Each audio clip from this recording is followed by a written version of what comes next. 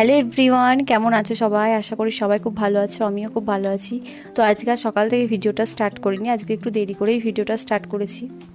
তো সকালে খাওয়া দাওয়া করে আমি এদিকে আদা রসুন পেঁয়াজ সব কেটে নিচ্ছি, আর সবজিগুলোও কেটে নিয়েছিলাম।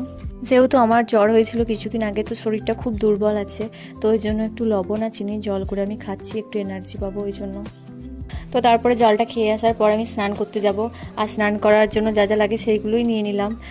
তো আজকে আমি যাবো বাপের বাড়ি, আমার সকালে যাওয়ারই কথা ছিল, তো আমি তারপর ভাবলাম যে না বিকেলেই যাব, তো ওই জন্য বিকেলে যাব। এই যে স্নান করতে গেছিলাম, আর স্নান করে চলে এসেছি, আর উপরে এদিকে ছাদে কাপড়গুলো মেলে দিচ্ছিলাম।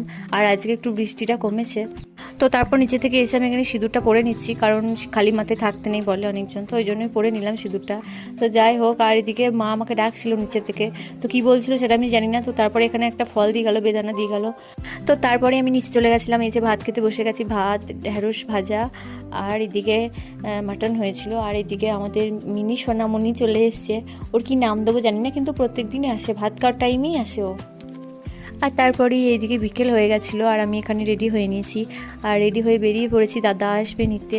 তো তারপর নিচে গিয়ে দেখছি যে ও চলেও এসেছিলো, বসেছিল। তারপর আমি ওকে বললাম চল, তো ওই দিয়ে যাচ্ছে। এতটাই কুবুদ্ধি, বাইরে বৃষ্টি হয়েছে এখন কিছুদিন ধরে, তো যেই দিকে বৃষ্টির জলগুলো হয়েছে আমাকে সেই দিকেই নিয়ে যাচ্ছে। আমার পায়ের অবস্থাটা কি করলো দেখো একবার। তো এদিকে আমি বাড়ি চলে এসেছি, আর বাড়ি এসে মা বাবা দাদা ঠাকুমা সবার সাথে দেখা করে নিয়েছিলাম। আর তারপরে আমি যেখানে বসি বিকেলে আড্ডা দিই, তো সেখানে গেছিলাম, আর এখানে ভারতীকে আমি ভয় দেখাচ্ছিলাম। তো বাড়ি এসে সবার সাথে গল্প করতে করতে আমি এখানে চা খেয়ে নিয়েছিলাম, তো সেই ফুটেজটা নেওয়া হয়নি। যাই হোক, আর তারপর আমি এখানে স্কিন কেয়ার করছি।